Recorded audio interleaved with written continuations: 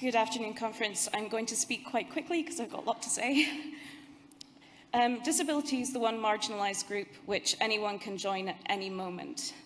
A fifth of the population is or will be disabled. Someday it will be you or someone that you love.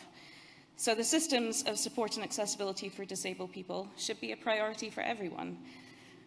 But how is it that thousands of people show up to protest Trump, but we can barely muster 50 people to protest a system which is known to be killing people, which the UN described as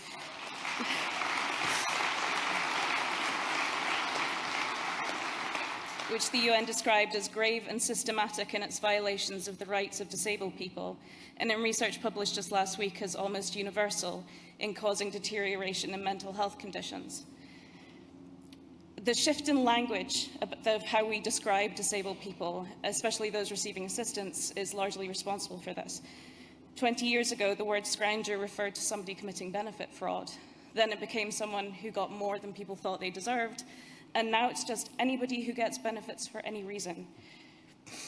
The shift in the language from social security of safety nets and support to benefits and dependency, it pivoted around the New Deal, when a phrase, "a hand up, not a handout," came about. Blair's government were masters of rhetoric. They didn't do it by accident. It was in order to allow this to happen without much protest. So they used phrases like languishing on benefits, culture of dependency, and then the Tories used strivers, not shirkers. These phrases that were technically aimed at unemployed people, they have a knock-on effect to us too.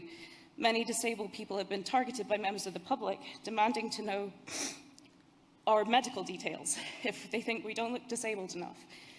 They say their taxes pay for us to live, so they have the right to know where their money is going. These phrases have been cited as key reasons for the rise in hate crimes against disabled people. These phrases have been used to sow doubt and suspicion among the general public, so that the model of disability benefits, where everyone who applies is assumed first to be lying, and then you have to prove that you're not lying to people who believe that a Facebook photo of you smiling means that you don't have depression. These assessments are presented to the general public as simple medicals, but research has shown they cause catastrophic harm and have been cited in multiple coroner's reports as a cause of death. Maximus admitted last week to asking people documented as at risk of suicide why they hadn't killed themselves yet, and why they failed last time they tried. I joined the SNP specifically because after years of fighting for my life in this system, this was the only party that had done something about it. Labour and the Lib Dems had nice words.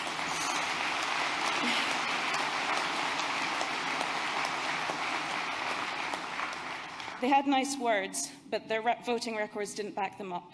But the SNP created the welfare fund to offset the cost of the bedroom tax, which disproportionately targets disabled people, and it restored the independent living fund. When I heard Jean Freeman speak last year about the plans for the Scottish social security system, I knew I'd made the right decision. The words we use matter, and her initial statement about the language we would use made me cry with relief.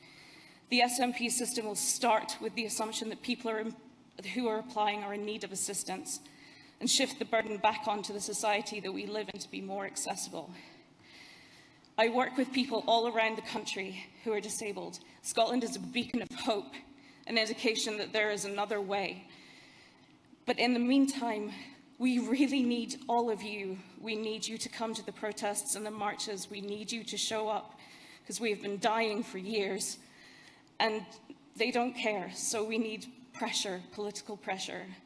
And I know that all of you do care about this, so please come and join us.